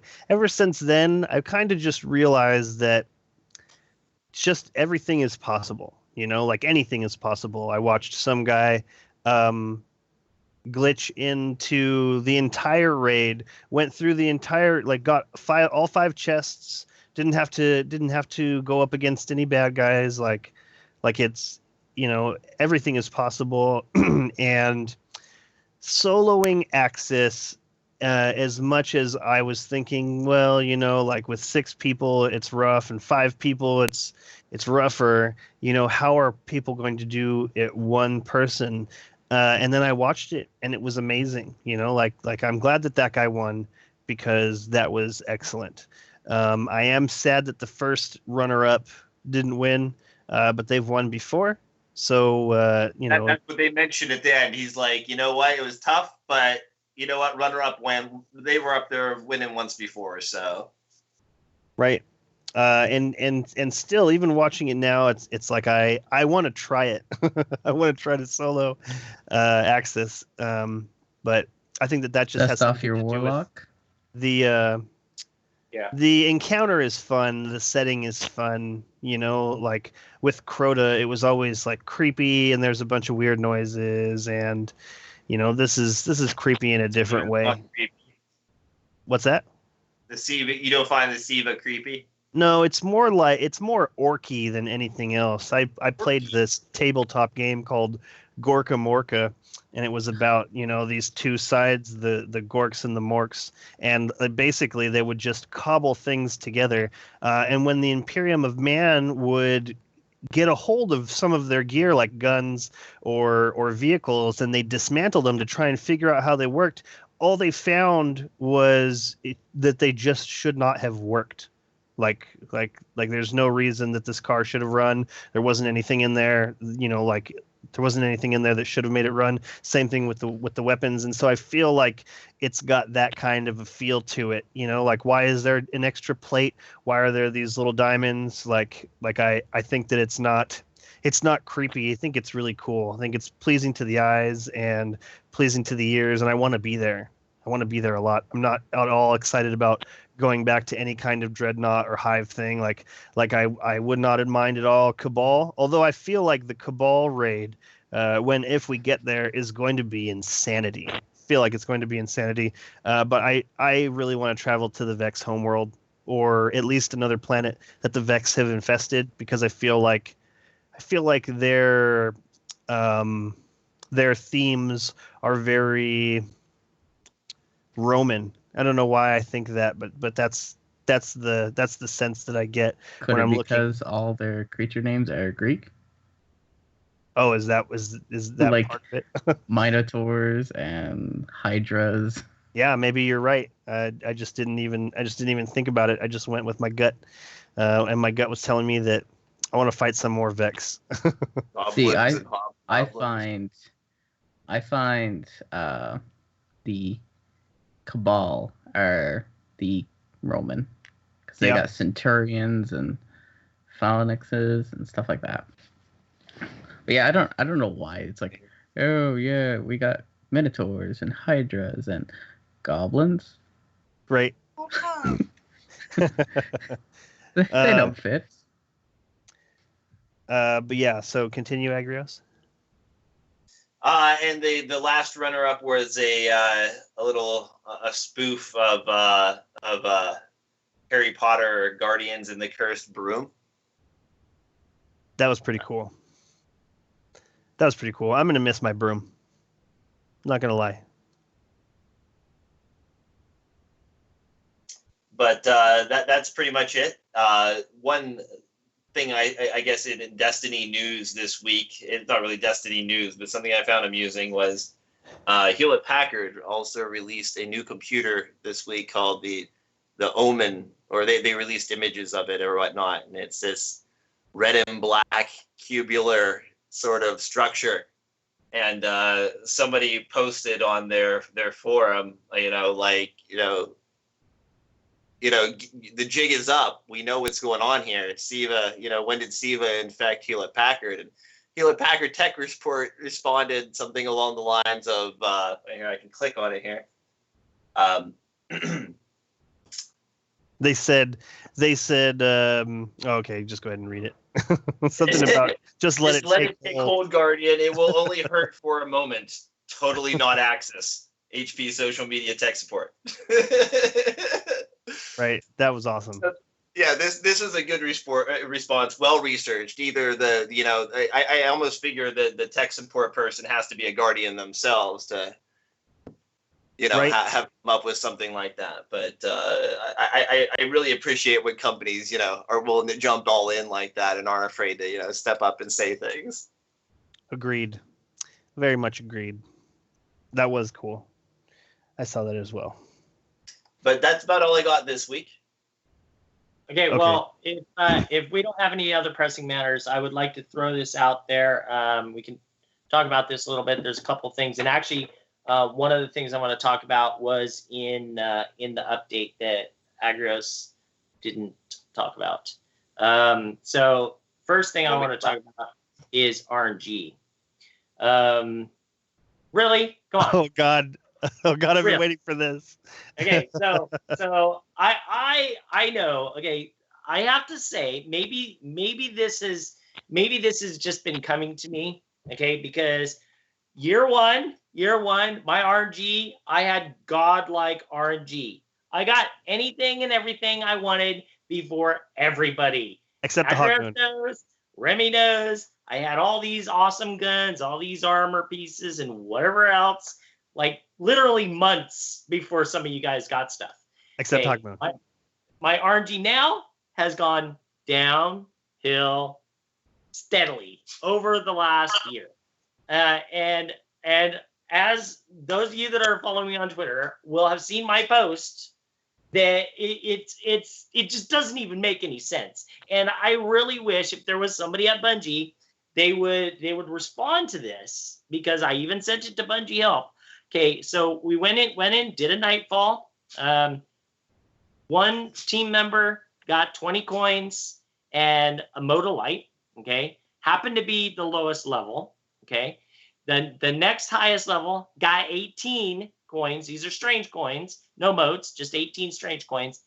I went in at the highest light. I was light level 400. I got one blue engram. One blue engram. To be fair, the game thought you were done. You don't need any more. Yeah, that's what my wife said. My wife said I'm at 400. I don't need anything else. But that I cannot believe it. One blue engram. And so then, after everybody in the party were like, well, maybe it's in the post office. I was like, it didn't say it. That would be weird that it didn't come up on that screen. So we went to the tower. Nothing in my post office. And I was like, no, it's nothing. And I go, well, okay, I'll give it one other chance. Maybe the game glitched and I have to do the nightfall again. So I left the party. I went to Orbit. No, I have done my nightfall on that character. Okay, so come on. That's BS, right? Okay, are you sure that you weren't really, really sleepy one night and did your nightfall earlier in the week on that character already? Well, but then they wouldn't have given him that blue. 100%. I got a blue. Right. That's not true, because I already did my nightfall last week, then came back in and helped Sharks, and it gave me 2 strange coins on the end-game screen. Weird. It gives you the same reward sometimes as doing a normal strike. Right. Interesting. Right. Okay. So here's the thing. Okay, so obviously with all my Twitterifying this week, I've come to find out that there are other Guardians that this has happened to. In fact, there is a Guardian 1 member that this happened to last week. He got a blue engram for his nightfall reward, and that was Dakota Dark. Okay, so if anybody at Bungie is listening, and I know you are, you need to fix that. That is BS. That is not endgame loot. And that is supposed to be endgame loot in Nightfall. And especially at level 400, everything drops at 400 now, supposedly. Give me my loot, okay? All right, now it's not the thing is, okay, here's, the typical weekly Shark rant, right? Okay, so I went through and I did hard mode raid this week, okay? First one I went through, and went through the whole thing. I did not get any armor, not one. I opened up every single chest with keys also. Didn't get one piece of armor. Again, what is with this RNG? Went through on a second character. I did get a piece of armor. Went through on my third character. I got a piece of armor. So 2 pieces of armor on 3 full hard raids. And then people would say, well, armor doesn't drop very much. This is opening every chest. So that's a lot of potentials to get a piece of armor. I also ran the regular modes the weeks before, and I have only gotten 2 pieces of armor. So this RNG system sucks. What are your comments? I feel like what we're looking at here is like the algorithm or whatever it is so fragile that even like a 0.01 change in any of the parameters is the difference between how many green engrams drop in the game now and how many green engrams dropped in the game before Rise of Iron. Like, I feel like this is the difference. Like, if they change it even a little bit, because you know, there may be stupid people at Bungie, but there can't be enough of them to be screwing this up like this. You know what I'm saying? Like, there may be people who don't know what the hell they're doing there, but not like this. Like Bungie is hearing people. Bungie is on the internet. They are looking at this feedback and they are saying, oh, you know, like these drops are not happening enough, or this one specific is not happening enough. And so they go in and they tweak this. But I feel like what we're looking at here is that it's a very fragile system because otherwise they've had so much time to fix this. And by the way, I love all the green drops. I know a lot of people complain about it. I just keep enough space on each of my characters to where I have a couple. I just go through and delete them and pick up the rest. Like, I've really been enjoying picking up a bunch of green crap and breaking it down for some reason. But yeah, I think that's what it's got to be, Sharks. It's got to be that the algorithm is so complicated that in most situations it works just fine. Like, I'd love to see the numbers across all Guardians. Like, if we were to look at all the Guardians who did Nightfall this week, how many of them got only 1 blue engram? You know, you're probably looking at a statistical probability of like 0.0003, and you just happen to get it. You know, like it's the same as like winning the lottery. You could win $510 million, or you could get 1 blue engram. Like, this but we know 2 in Guardian 1 in the past 2 weeks. The odds can't be that low. Wow. I don't know. There's still millions of people. Okay, so here's what Guru Fu said. Guru Fu told me, she goes, maybe it's meant to be, because then I wouldn't have anything to complain about. I don't know. I think you'd find something. so here's the other thing. This has to do, since, you know, like I said, I did the raid this week. One of the other things that happened to me is on one of the completions at the end of the raid, you know, you have the raid chest, and I wanted to open up the raid chest to looking for a piece of armor, a helmet, and I didn't have keys on me. All I had was the fragments.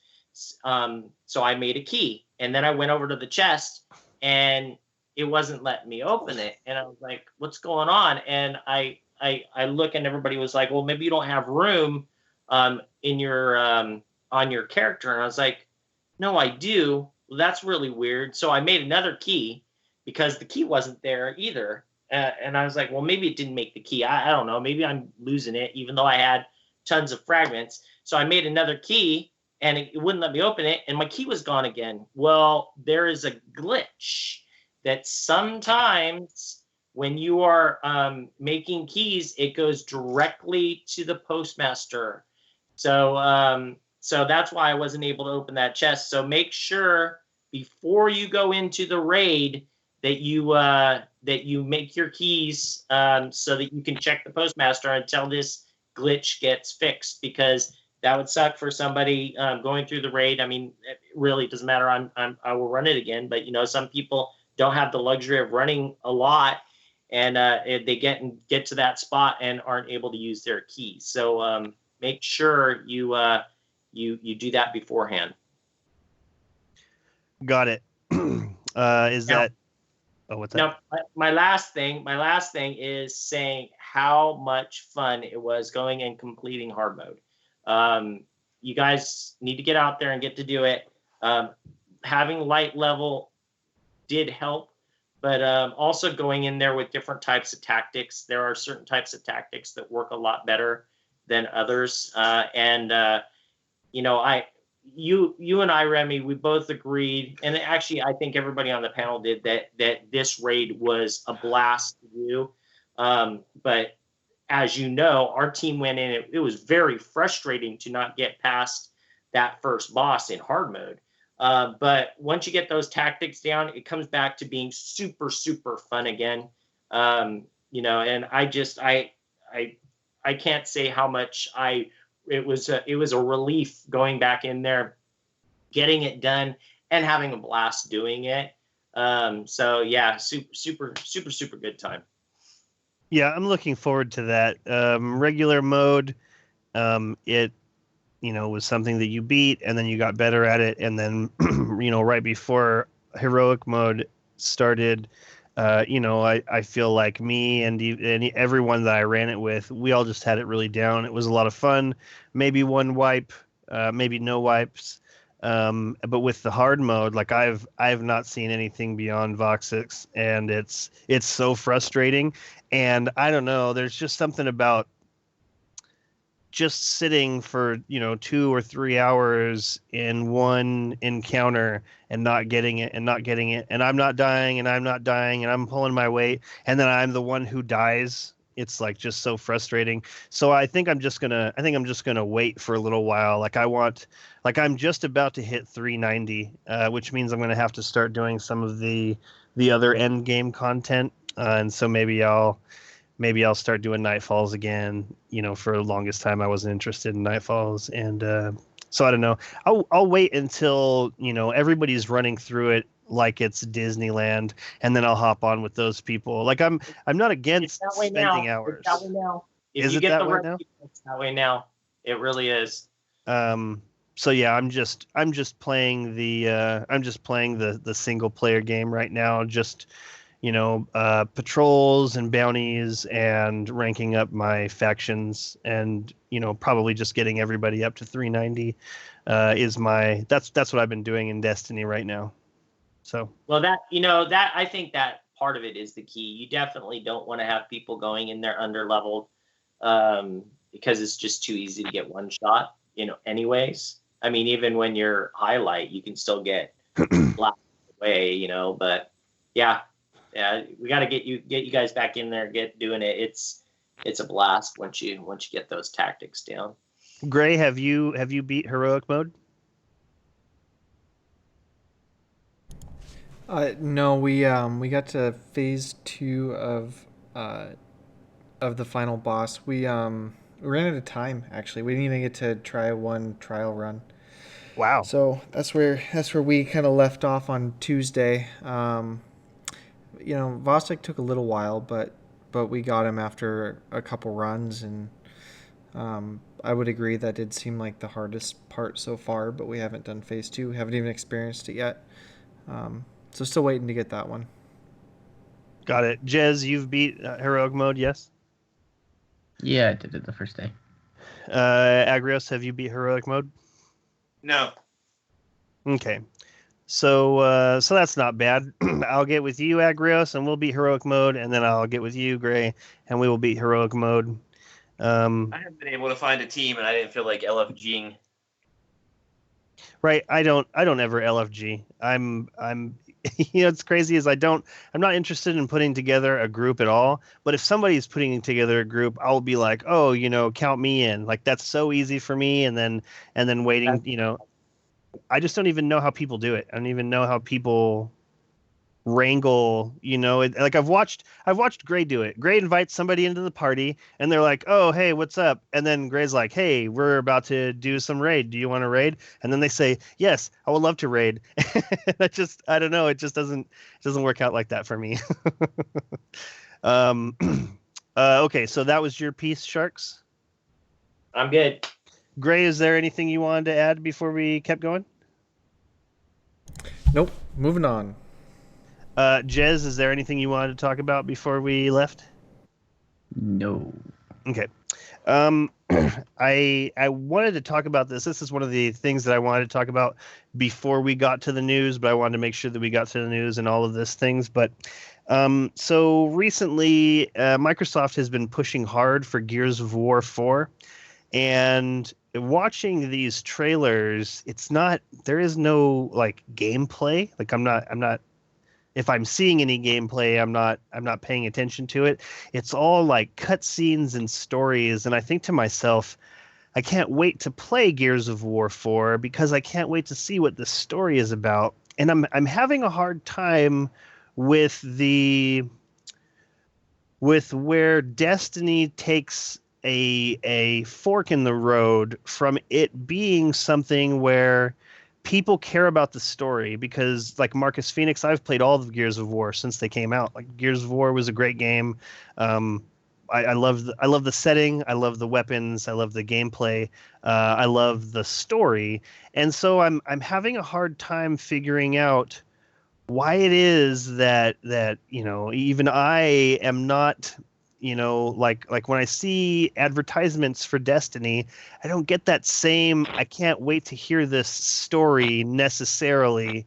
I feel like because I'm so up on what Destiny is and what it's doing that, oftentimes I miss out on the obvious. Sometimes I wonder what it would be like if I was just a regular Joe who's not on Twitter to talk about Destiny. I'm the only one that I know that plays Destiny. What does Destiny look like to that person? And where does Destiny deviate from a game like Gears of War where, there's this storyline, there's a story arc, and in Gears of War 4 is, Marcus Phoenix is an old man and he has a son who's wearing the COG armor. So where does it take off from there? And how can Bungie bring it back to where people will care about the story? Because I've talked to a lot of people on Twitter who are absolutely not invested in Destiny. They don't care about the Guardians. They don't care about the Hive. They don't care about where they came from. I do care about these things. But I mean, Agrios, what do you think that Bungie could do to make the story take more of a front and center deal? Because as much as it's fun to say Destiny doesn't have a story, it does have a story. And if you play all of the missions one right after another from the very beginning, there is a story there. But how do they take that next leap to where they get people involved in it? Do you have any thoughts on this? Well, first off, consistency in storytelling. Like, does my character have a voice or doesn't he have a voice? If he's going to talk, I want him to talk. If he's not going to talk, then he should never talk. Like, make up your mind, do stuff with that. Cutscenes. I like them. I love cutscenes. I like cutscenes you can skip if you're going to play things over and over again once you've watched them a couple times. But yeah. I like cutscenes. I don't like killing bosses and not getting cutscenes. Agreed. Like, I want epic story at that point. I'm pumped. I want to see more story at that point. I want something climactic at that point. Like, in fact, like, if we're gonna go that far, I always had vision for, like, in the future, or even I would have thought you could currently do it. It's just I've never really seen it done. But like, interactive cutscenes would be cool. Epic interactive cutscenes would be cool. Ooh, like, a la Mass Effect. When you go to like kill the boss, I like in some games where the final blow of the boss isn't really dealt by you. Like, you deal the final blow, but that triggers the cutscene where you see the final blows get dealt to the boss. And you what mean if like Half-Life? You have like a fire team of 6 people. Okay, the cutscene gets triggered because you do enough damage to the main boss, and there's certain positions in that cutscene that are going to be played by certain players depending on if they dealt the most damage. They're the person who dealt the final blow to the boss. They're the person who healed the most people during the fight. Whoever those people are, they'd have a specific place during that cutscene. You're seeing them do whatever they're doing, finishing off the boss. Like, something epic like that. That stuff like that's what draws me into the story. I have very little catharsis with Destiny, and that's one of my biggest problems with it. But that's not the game they made. They didn't make a game to draw you into the story like that. They want you to hunt the story and pay attention to shooting things. You know, my least favorite part about Vanilla Destiny is doing a mission with other people, and it's like, and here's a cutscene with just you for some reason. That too, yeah. Yeah, that is an oversight, and I think that we can actually attribute that to last gen, probably. No, no way. You can have that many models. Grand Theft Auto. Well, I think it's partially that, and partially. If you can have that many characters just shooting, you can put them in the in-game engine cinematic. Yep. Yeah.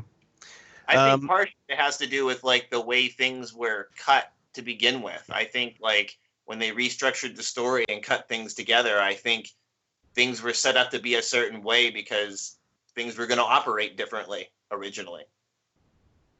I could see that. I could definitely see that. And I appreciate your input. I definitely feel like those two things you mentioned are, because that's what I'm seeing in this advertisement for Gears of War. You know, I'm seeing old Marcus Phoenix getting choked out by some kind of alien, and I want to know what happens. You know, like that has me curious. You know what? And maybe this also has something to do with your main character not really being the main character. You know, like you play as Marcus Phoenix in Gears of War, and so he has a voice. So when you're playing through these things, you are invested, I guess. You know, but you're right. Yeah. You know, like I can't remember the last time I was angry at an enemy in Destiny. Boss 6.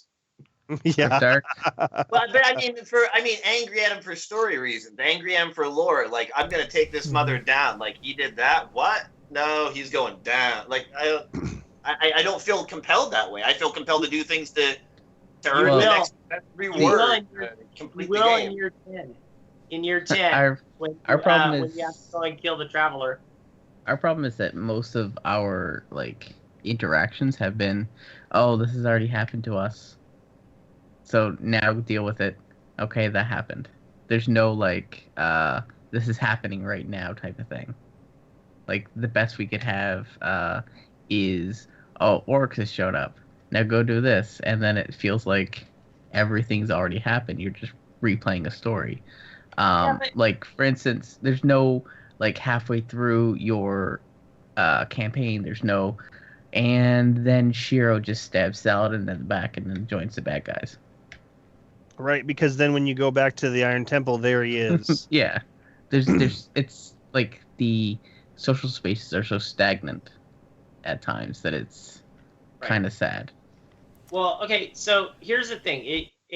I think that during the Taken King release, we started to see real storytelling. You know, and it's exactly what Agrios is saying as far as the cut scenes are really the story that most Guardians are going to see unless you're a lore master that's going in and reading the Grimoire. And that's not story for the everyday person that's playing this game.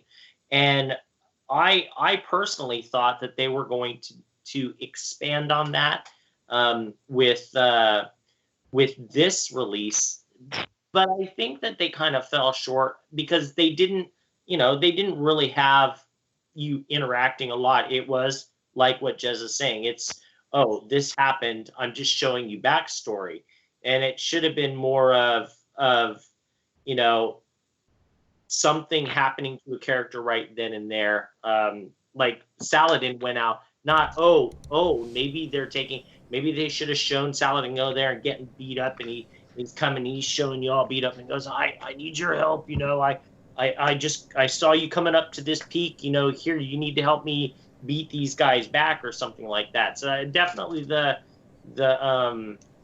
cutscenes are going to be a major part to us enjoying the story more, whether they are having our Guardians talk or not. I mean, I thought that the original cutscene with our Guardian going and meeting the Queen originally, we didn't talk, but it was pretty badass. you know, and they expanded from that, and then when they went to the Taken King and that character, you know, dies, you know, if she dies or not, but you know, it's more of an epic thing that's going on, and I think that they should have continued along those lines with the way that they're going to tell the story, if they're going to at all. But you know, then it goes back to, is Rise of Iron really part of the story, or is it just a stopgap until Destiny 2? You know. Well, also, none of this happens to our Guardian. It happens to everyone else. We just kind of are there. Well, I mean, some of the other stuff happened to us. It was like when we went and spoke to the Queen. It was like, oh, what are you doing, Guardian? Oh, okay, well, you go and bring me back this part and bring me back. Okay, well, I guess you are a badass, you know. So I mean, they could, like I say, they should have expanded on that with what they did in the Taken King into Rise of Iron. If they had combined those two things and had a lot more of it, I think that we would feel a lot more for what's going on story-wise. So Remy, you started this topic by discussing Gears of War, which I can't comment on because I've never played any of those games. But thinking about storytelling in other games, especially games that have multiple downloadable contents that release after the initial story has been released, the common thread is usually your main core story exists for one, and vanilla Destiny didn't have the strongest core story, or wasn't represented very well in the content that was released. I really feel, as a year 2 player who played through vanilla Destiny and then House of Wolves and Dark Below, Taken King, just all back to back, I felt like I was playing 5 DLCs and no core main story, no core content that everything falls back on. Everything has felt like a downloadable content that goes off on these little tangents. And what it lacks is the content that ties it all together, the main story arc that makes you feel part of it. It's got to have something to do with the darkness, the light, and the traveler. And that's what needs to hold these pieces together. And right now I feel like I just have the pieces. And you know what I think caused all that is the fact that we know, like, for instance, the Grimoire wasn't even started to be written 9 months before the game released. So, like, we know that there was a huge toss-up in the company that you know, like, people left the company, things like that, and at this point in time, and that some of the early testers experienced portions of storylines that weren't even close to what was eventually used in Destiny. So I feel like a lot of what you're saying, what you're describing, is totally a result of that story shakeup. I feel like large chunks of the important portions of the storyline got yanked because they found out that they were going to be incapable of actually delivering what their original intended timeline was going to be for this. Like, we were supposed to have gotten that the Cabal and a Vex DLC, you know, where we got the Taken King and eventually Rise of Iron, and everything is just totally, completely different than what it was intended to be just a year and a half before it was. Remember, there was also the rumor that the starting that we have, where we're waking up from the car park or whatever, the highway. That's one of 3, right? Yeah, one of 3. It's like, that's how EXO come to be, and that's why it makes sense that he's like, wake up. It's like, yeah, because you're a robot. There's a problem with blaming. There's a problem with blaming the Grimoire and the shakeup of the story to what Gray's initial problem is, though, is that even though I see where you're coming from as far as saying, well, they have this master plan, but they didn't implement it into vanilla Destiny. We've had DLCs that they don't talk about any of that stuff. Even if that's because they're saving it for Destiny 2. Yeah, but wait a minute. Even if it's only a little backstory, there should always be something there for people to grab onto. And the way I can explain it easiest is watch the X-Files or any kind of show like that. Okay, the X-Files had shows that had nothing to do with the main storyline of, you know, that big, huge plot that everybody was talking about. But almost every single episode, they would add just something little tiny bit so that you remember that that's what it's about, even though this story is going to go somewhere else. And they don't really do that with every single release we've had. It's been a whole new story, and people have talked about this before that, are they just, taking this big, huge story, breaking it up into different bits, and then eventually with the next game, they will start to tie all these stories together? Because, there are shows that do things like that too. They put you off on so many different tangents, and then eventually all those tangents come together. But that's really hard for a lot of people to get on board with, because your mind is set, that vanilla, you're set that it's going to be about this, and now it's gone out every other way except for that way, and they should always have a little bit going to kind of bring you back in. I don't know if that's really what Gray was talking about, but that's what I feel what he was saying from that. I think it's funny that people write shows for WB, like there's Arrow, Flash, now there's Legends of Tomorrow and Supergirl, and they all have like their overall arcs themselves, but now they're starting to have crossovers between every single one. It's like somehow all these are lining up, and yet Destiny is so separate in everything that it does. Right. Okay, so I think that going back to what Agrios is saying about all this stuff that's been cut out, and also More Console tweeted out this afternoon that he would be okay if Destiny 2 was a reboot of the franchise, like everything, everything wipes and you start all over, and I could get on board with them putting the pieces together the way it was supposed to be done, with all of the stuff that like we are just simmering in the bits of story, like Gray was saying, here's a bit of story and here's a bit of story, and there's nothing really binding them together, and that's a really great way of putting it, because you're right, you didn't necessarily get the feeling that anything was moving forward from the overarching thing, and that's something that I feel like they've probably been doing. They've probably been figuring out how you tell a main story and you weave in a theme going back and forth, and I don't know, I forgot what I was going to say. What were you going to say, Agrios? So yeah, I like your idea. So, it can be a reboot. They can just start Destiny 2, the same place Destiny 1 started, the whole Wake Up Guardian and whatnot.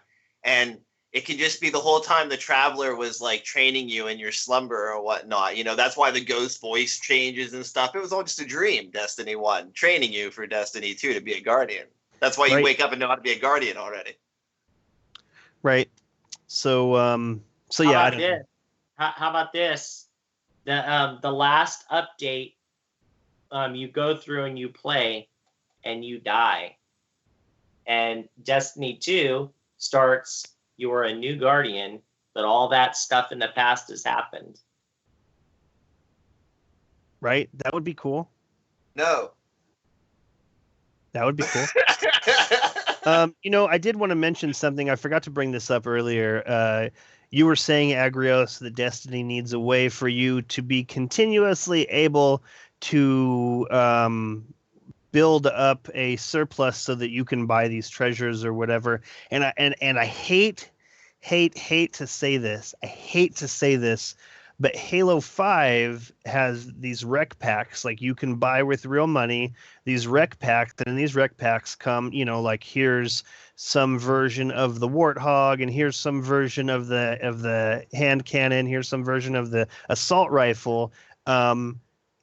Play during the game gives you these rec points, and it takes a while to build up for rec, but the more you play, the more you're able to buy these packs of random. And I hate to say it, but that seems like a really great system, especially when compared to what's going on right now.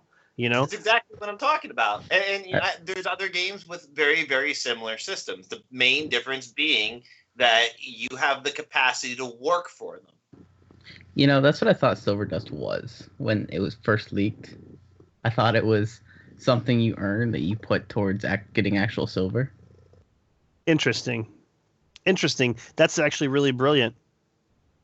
Welcome back, Jez's cat. Okay, well, that's all I had to talk about also. So it looks like we're getting out of here early, unless anybody else has anything they want to say. I don't think we're really getting out of here early. We're coming up on time, aren't we? Maybe. I was pretty late today. Okay, then I guess we'll do shout outs and then we'll get the hell out. So shout outs starting with Gray. Shout out this week goes to Agrios. Agrios is going to be representing Guardian 1 tomorrow on the Dames of Destiny Safe Gamers breast cancer awareness stream. He's going to be doing it from 12 to 4. No, I'm sorry. From 4 p.m. Eastern to 6 p.m. Eastern, correct? It was 1 to 3 Pacific, right? Correct. And there's going to be some other Guardian 1 members, Agrios. You have Nerdy Girl's going to join you. Who else has confirmed that they're going to join you on stream? 16-bit Chef, Dakota Dark. I think Knock might be if he's awake. So if you get a chance... But those are the confirmed ones. Great. So if you get a chance, listeners, to tune in, check out the breast cancer awareness stream that Bell Bunny and the Dames and Safe Gamers are putting on. Lots of streamers are going to be streaming this weekend, and Guardian 1 will be on tomorrow with Agrios. That is Try to be excellent. creative, do something fun. Excellent. I'm sure it'll be awesome. Sharks. I want to thank everybody in my hard mode raid groups that I played with over this last week. It was great finishing it. A lot of G1 members and some other people out there too. Too many names to mention, but great times. Awesome. Excellent. Agrios. Funny thing is, my shout out this week goes to Gray. I figure I should probably plug his thing too. I didn't even occur to me until he plugged my thing. But yeah, he's the Midwest meetup happening here, right? When is that? When the deets on that exactly? November 5th in Madison, Wisconsin. So Midwest Guardians, come join Bell Bunny and I, and we're actually taking over the whole bar. They said we could have the place for the night, so come on down. We're gonna have a good time. The shout out, in fact, goes to him though, because he got together. He's a pharmacist, you may or may not know out there, and his wife is a veterinarian, or works for a veterinarian. But he got together with her and discussed some things about my cat and gave me a lot of great information. And I've managed to switch my cat over to the pens that he described to provide my cat with better insulin at a more efficient, affordable rate. And he's doing well because of that. So big shout out to him for helping me figure that stuff out. Awesome. They actually turned my vet's office on. They researched it and are using that now based on his information. Wow. That's really incredible. Jez. Shout out to my cat, which seems to have learned how to sharpen her claws since I last had her in my lap. She's in the kitchen with one of those knife sharpeners. Yeah. That's what it feels like. Awesome. My shout out goes to Gray and Agrios because both of you are really kicking ass, and I appreciate everything that you've done within this group. And I love that you're out there representing the group. I love that you're out there helping people. And when the opportunity to stream alongside some dames for this breast cancer awareness showed up, I really wanted to. I just don't have a reliable way to make sure that there's just not a bunch of kids screaming in the background. It's not about how many diaper changes I have to do. Like it's really awesome that you guys are able to give your time and energy and focus to these things. And I really appreciate it. So thank you very much, Gray and Agrios.